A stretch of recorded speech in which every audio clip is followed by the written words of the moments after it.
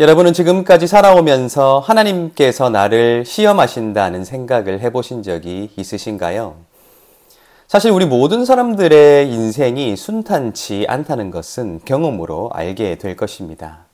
조금 평안해지는가 싶으면 곧바로 또 다른 파도가 찾아오고 그 파도를 지나고 난 뒤에 또 다른 언덕들이 찾아오게 되는 것. 어쩌면 그렇게 우리 삶에 기쁨이 있지만 때로는 고통도 있다는 사실을 우리가 반복적으로 경험하게 되면서 우리의 인생 가운데 수많은 시험들을 우리가 어떻게 이겨낼 것인가 고민하게 되는 것이 우리 모든 사람들의 공통점이라 할 수 있을 것입니다. 특별히 우리는 하나님을 믿는 자들입니다. 하나님을 믿지만 여전히 시험과 아픔이 우리를 찾아오지요. 그때 우리가 흔히 할 수 있는 생각은 하나님께서 나를 시험하신다 하는 생각일 것입니다. 그것이 정말 하나님께서 나를 시험하시는 것인가 하는 사실성의 여부를 차치하고서라도 많은 사람들이 하나님이 자신을 시험하신다는 생각 앞에서 크게 두 가지 방향의 생각을 하게 되지요. 하나는 하나님이 나를 시험하시기에 나는 더 이상 하나님을 믿을 수 없다. 하나님이 계시지 않는다. 하나님은 나를 사랑하시지 않는다라고 생각함으로써 하나님을 떠나버리는 결정을 하게 되는 사람들도 우리는 발견해 왔습니다. 시험에 들었다 하는 것이지요. 그러나 다른 한편으로는 똑같이 하나님께서 나를 시험하신다는 생각을 하면서도 그 시험을 나를 발전시키고 나를 성장시키는 쪽으로 바라보는 사람들이 분명히 존재하는 것은 사실일 것입니다. 여러분들은 지금까지 하나님이 나를 시험하신다는 생각이 찾아올 때 어떤 방향의 생각을 선택하여 오셨는지요? 그 생각이 여러분들을 성장시켜 왔나요? 아니면 여러분들을 오히려 후회하게 만들었나요?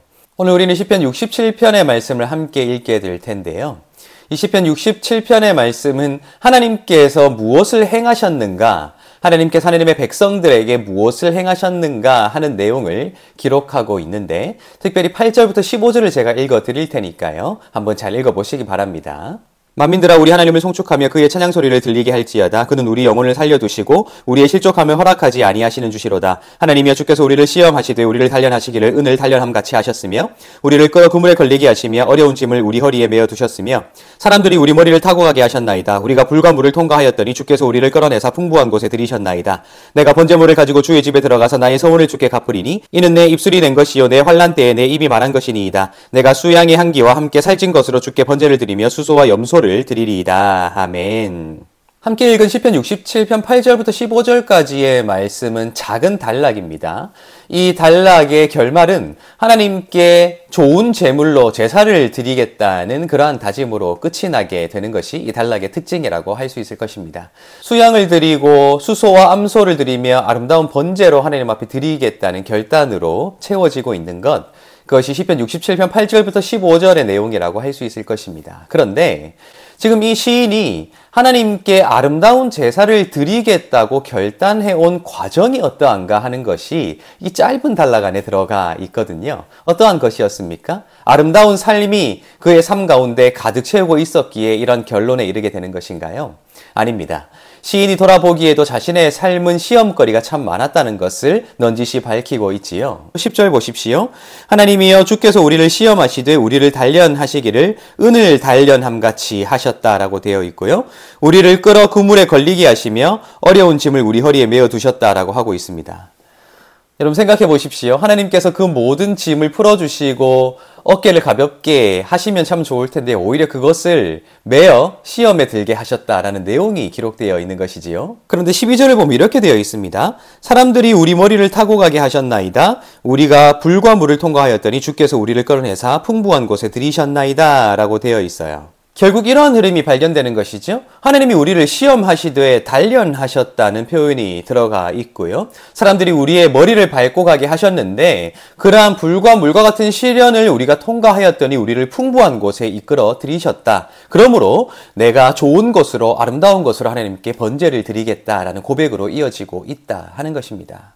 결국 이 시인이 이 짧은 단락을 통해 드러내고 있는 자신들의 역사, 또 자신의 인생은 분명합니다. 평탄치만은 않았다 하는 것이 분명해요. 그렇기 때문에 이 시인의 인생과 역사, 그리고 우리의 인생은 굉장히 닮아 있다 할 수 있을 것입니다. 그러나 이 시인은 그 시험 앞에서 오히려 그것을 단련이라 생각했고요.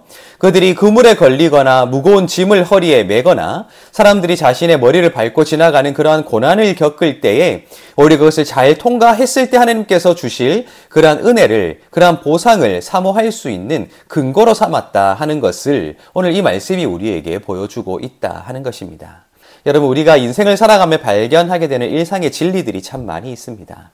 똑같은 일을 경험하더라도 그 일을 경험한 이후에 어떻게 사람이 달라져 있는가 하는 것은 우리가 선택할 수 있습니다.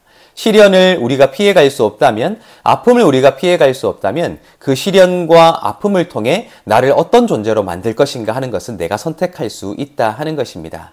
나를 놓아버릴 것인가, 포기할 것인가, 아니면 나를 더 아름다운 존재로 만들어 갈 것인가, 결국 그 모든 것들로 하나님을 예배할 수 있는 근거로 만들 것인가 하는 것은 우리의 선택이다 하는 것입니다.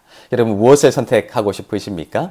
저는 간절히 바라기는 저와 여러분들의 삶이 여전히 시험이 많지만 그 모든 시험을 오히려 성장할 수 있는 기회로 삼을 수 있으면 좋겠다 하는 생각을 해보게 됩니다. 오늘 하루도 그렇게 승리하시고 또한 성장하시며 시험 앞에서 쉽게 포기해버리는 것이 아니라 더 아름다운 삶으로 하나님 앞에 다가서게 되시기를 예수님의 이름으로 축복합니다.